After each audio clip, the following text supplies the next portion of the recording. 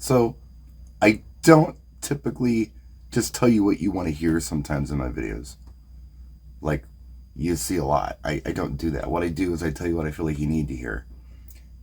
And in this case, I want to talk about some of the mistakes or things that I've done that I feel like some other DJs are doing, and that is to put form over function. Some stuff has popped up in my news feed lately from some old setups that I've had. Here's one of them. This setup is from September 30th, 2012. Now, notice that I am actually in this picture, which means I didn't take it. Andy took it. Andy came with me to this gig. I think it was Andy. It might have been Larry, but I think it was Andy who went with me to this event because there's totems and they're pretty big. Now, can I handle totems, or could I have handled totems back then? Yeah, I could have, but it would have been a lot easier to have somebody like Andy or Larry take care of these totems.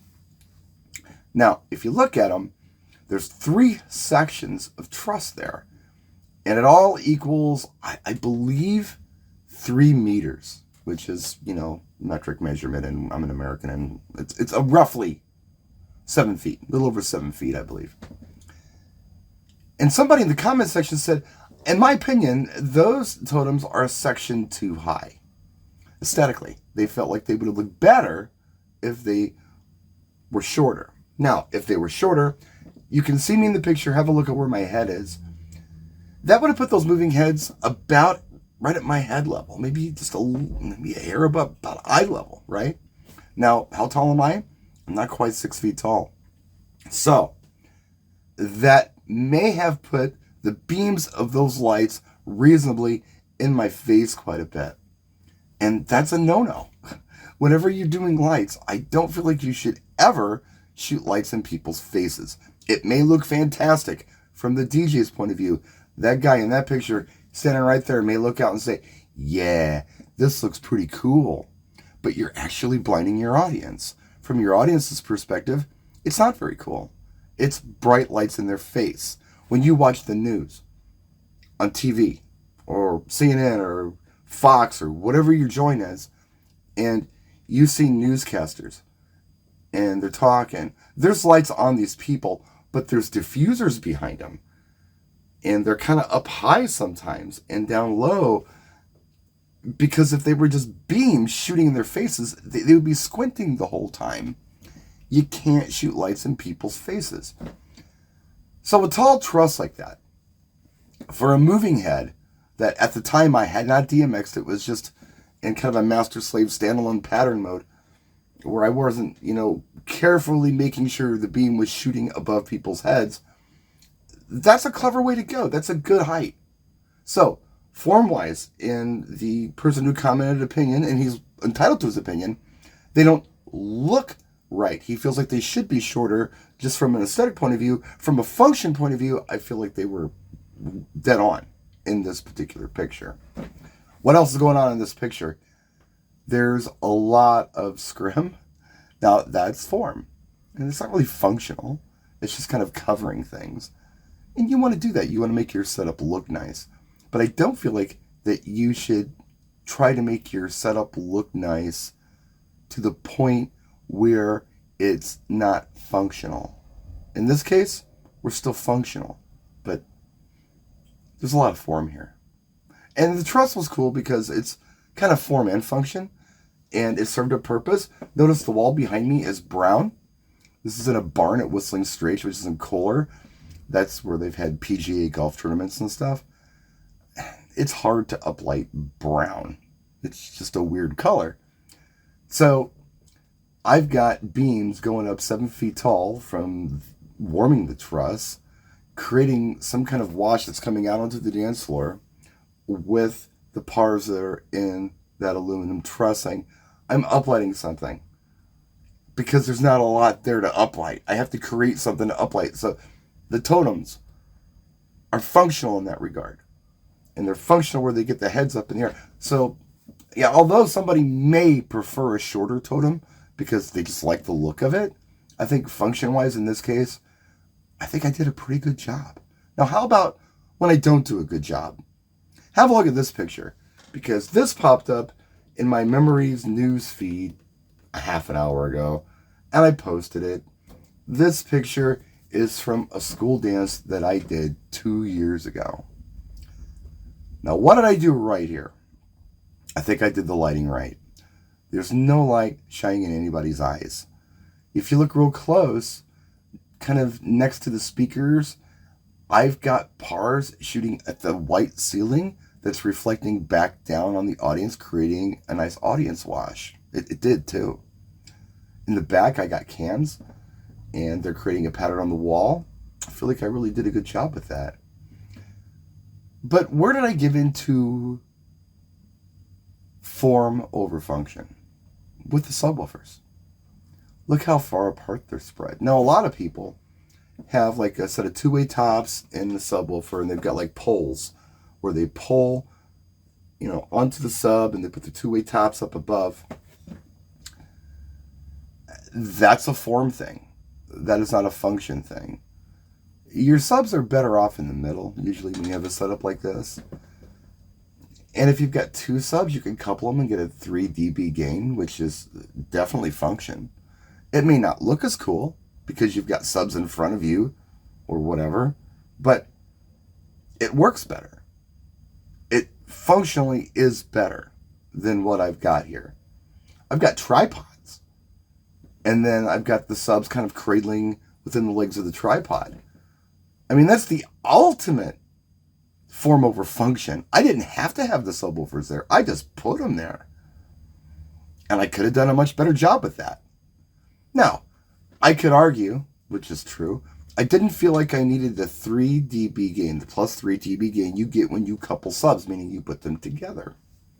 I didn't feel like I wanted it in this room because I'm using an EKX system, and there were probably about 500-600 kids in the room.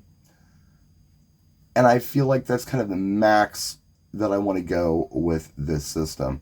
If I would have made the subs more boomy, they may have been kind of drowning out what I felt like was max on the EKX tops. I could make that argument, and it's true. However, if I would have put the subs together, I feel like that I could have turned them down 3 dB if I wanted to. And it probably would have created better bass in the room because they're not separated. They're not canceling each other out anywhere, which they probably are here, to a degree somewhere. I'm not an audiophile. I'm not an audio designer. I don't even play one on YouTube. I'm just a stupid DJ who listens to people who are smarter than he is. And I can tell you that this is poor sub placement. They should have been together. I did it this weekend. I put them together. Or last weekend, I guess. Weekend before last. I had this last weekend off. A lot of people didn't like the look. But you know what? Form, it worked. And that was an interesting situation because I had a lot of things I had to consider. I had to create sound where people could talk without screaming at each other in this area, which is why I used the column arrays. I used the Evolve 30Ms. And they wanted boom. That's why I did that combination with the subs and the arrays. Now, a lot of people would have gone with a two-way horn-loaded top with that, and you know what? Do you. A lot of people don't like the arrays. But I think most people who don't like the arrays probably haven't used them properly. Now, while we're talking about arrays, you've got, the little compact arrays with the full-range columns. There's just full-range speakers in there. There's no horns. Some people are getting it in their head that it's a top and a sub combo. That's not how I think of a compact array like an Evolve 30M or Evolve 50 or an LD Systems 95 Go. That's not what I'm thinking about. What they actually are, I believe, is more like a two-way top that's separated. So the woofer down below is full range. It's not crossed over or it's doing, 100 hertz and below. That's not what it's doing. It's full range, much like the mid woofer in your two-way top cabinet. And then instead of having a horn and all in one box, you've got the arrays up on a column, up in the air, in a good place. So I think of these more like a really cool two-way top than I do a top sub combo. And that's why you really don't got to couple those, because producing like a mid-bass sound, it's a little different than the sub-bass stuff. But yeah, form over function is something that a lot of us do. I'm guilty of it too, as I've showed you in this picture. And I think it's a mistake. I think we need to think about function first. Figure out what's going to work best. And then try to make it pretty after that. Some of us are hung up on symmetry. Some of us are hung up on how it looks. And some of these people are the same people who are using gig bars for their lighting. So they're worried about symmetry, but they don't mind shining lights in people's faces with something like a gig bar, which I don't understand that. It's almost teaching you all bad habits. I've talked about hit by truck lighting. I've talked about shining lights in people's faces, which is exactly what something like a gig bar does. With what you're seeing me do here in this particular picture is I am reflecting light off of surfaces, and it's washing. It's coming out and washing people. It's a nice look.